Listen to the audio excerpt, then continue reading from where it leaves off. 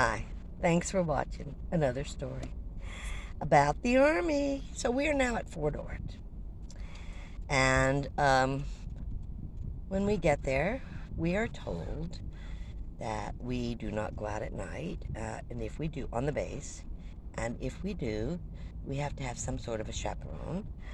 And that all of our barracks there were armed military around our barracks with guns.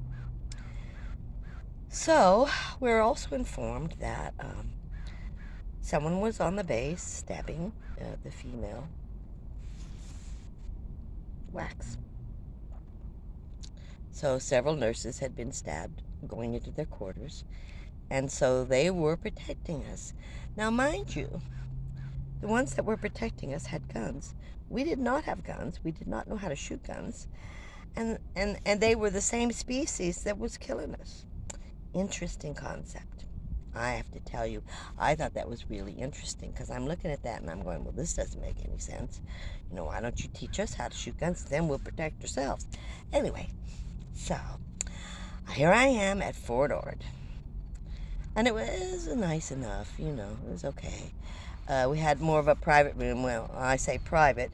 We had like partition, and then we had a drape across the front, so that's what we had. We didn't have separate rooms. That's what was called a cubicle. So I get on the base, and I am the telephone operator. No Morse code there. I really wanted that Maryland job. So I am now the telephone operator for the base. One of them. There were several. Because you have, 24-hour shifts. So I am really, really not thrilled. Okay, I'm just not thrilled about being a telephone operator. My other choice was I could be a secretary type. Well, that's the job I left. I wanted to save the world. And I didn't feel I was doing very good at that job. So my first experience it was scary. It was scary at Fort Ord. I was unhappy with my MOs. I wanted to do something. I joined to do something to help the men. If the men could die for our country, I couldn't understand why women couldn't too. We both live in this country. And I understand everybody's reasonings, but that was my thought process at 18.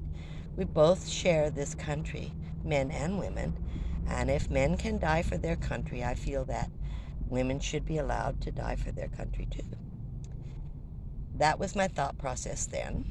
I'm not sure what it is now. They have much more exciting things. I would love to drive a tank, to be honest with you, through the streets of San Francisco as I knock the buildings down. But anyway, what can I say? Just a dream. So that's just what I did.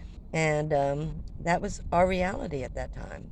It was very dangerous for the females. And the reason for that was they were drafting men who did not want to go, men who did not want to fight, men who did not want to shoot. And all the women there were volunteers. And they could not figure out why a woman would volunteer to join a military where they could die. And it was very difficult for many of the men who were drafted. They hated being drafted and they hated the Army.